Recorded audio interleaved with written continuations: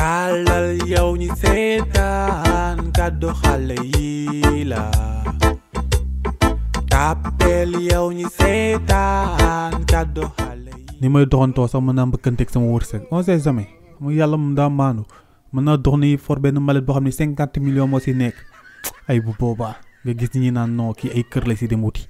ñeene déedéet ay oto lay wut ñu si des ne non ay jabar lay siy tàkk ñeene non day siy faj ay problème am mais saaku yamba lay jënd tox fàtte problème yëpp fàtte lépp si àdduna ti yéeg ti wàcc ti yéeg ti wàcc ñu mën ko amul mbaam. dama dem damay rey rek waaye dama dem yàlla na sama ak dal waaye yàlla na sama ak dal dama dem laa deful dew ma maa bañ gëj laa lay def lii wala matt la. waaye yow soxna si yow mag du koy wormaal yow Sadigo kii bi doon sa baay di nga ko def nii. Sadigo ma te kii sama baay la dem moom din ko def. loo xam si xamadi rek ak réew xamadi rek noqoog réew la def xale bi. ah maa ngi jéegul de xaw ma si woon dara mais moom nu mu def.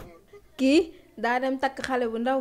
dem toog fa ñëwatul kër ga joxeetul dépense defatul dara moo tax ma dem jëli ko. waaw yow it père la jaral loolu am ndaa toj ndaa taxtu bëre ndaa. ma ne fa cee laa wax maam sama bopp ma neex ma takk ñaar ñett ba ñeent ku ma neex lay takk muy xale muy mag ku ma neex lay takk maam sama bopp moom lu mu war a def waxu ko moom du wuti jëkkër ñàkk jom mu nekkee xale tout tànk ba léegi maa ko yor ba léegi mii kër ga mu ko rakkam bu jigéen bi rek sëy wunu puus ñu paasuñu saako ceeb ma teg si kër ga balaa benn jour wala ñaar ñu ni ko fuux toog di ma xool damaa sonn waaw damay toppatoo sama bopp balaa may dee waaw dund laa bëgg lu dee sama dund gi dund laa bëgg ñii demuñu waaw demuñu fenn sëy wunu demuñu fenn waaw man damay dund waaw dund nag laa bëgg bàyyi ma deewu ma la deewu ma te yow ni ngay àtte kenn xamul lu mu doon rek àtte taxaw te wax rek boo àtte kenn da ngay dox si diggante ñaar ñuy xeex da ngay ñëw dox suñu diggante ma ak moom waaye taxaw fi nga taxaw di wax rek kenn xamul li ngay àtte nii rek dompat sax wala taxaw seetaan si sot la bokk taxaw seetaan rek si sot la bokk. moo ne père maa ngi lay dimbali de c'est que diggante doom ak baay moom surtout doom bu jigéen ak baayam moom ku si dugg yaa si des loolu la rek mais man maa ngi lay dimbali lu ma mën de. papa tey ngaa ñëw ñu dem bàyyi fu xale yi tey ngaa ñëw ñu dem nga nekk bi di féqatu rek di defi fu xale waaye yow leer nan la yow di nga